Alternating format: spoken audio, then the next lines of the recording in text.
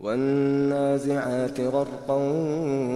والناشطات نشطا والسابحات سبحا فالسابقات سبقا فالمدبرات أمرا يوم ترجف الراجفة تتبعها الرادفة قلوب يومئذ واجفة أبصارها خاشعة يقولون أئنا لمردودون في الحافرة أئذا كنا عظاما نخرة قالوا تلك إذا كرة خاسرة فإنما هي زجرة واحدة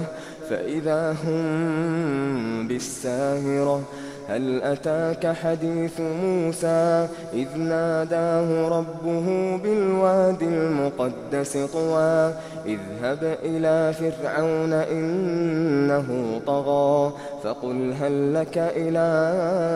أن تزكى وأهديك إلى ربك فتخشى فأراه الآية الكبرى فكذب وعصى ثم أدبر يسعى فحشر فنادى فقال أنا ربكم الأعلى فأخذه الله نكال الآخرة والأولى إن في ذلك لعبرة لمن يخشى أأنتم أشد خلقا أم السماء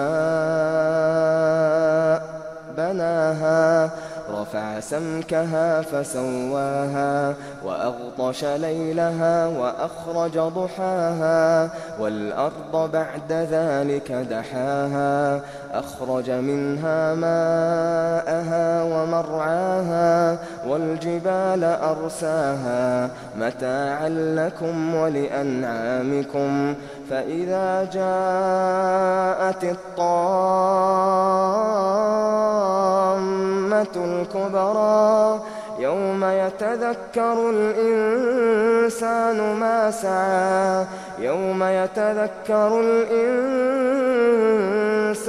ما سعى وبرزت الجحيم لمن يرى فأما من طغى وآثر الحياة الدنيا فإن الجحيم هي المأوى وأما من خاف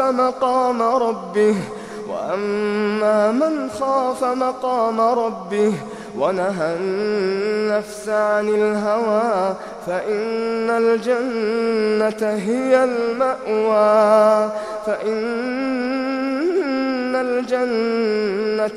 المأوى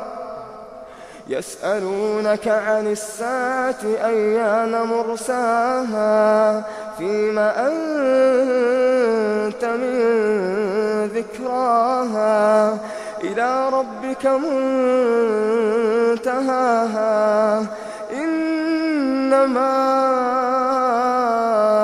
أنت منذر من يخشاها كأنهم يوم يرونها لم يلبثوا إلا عشية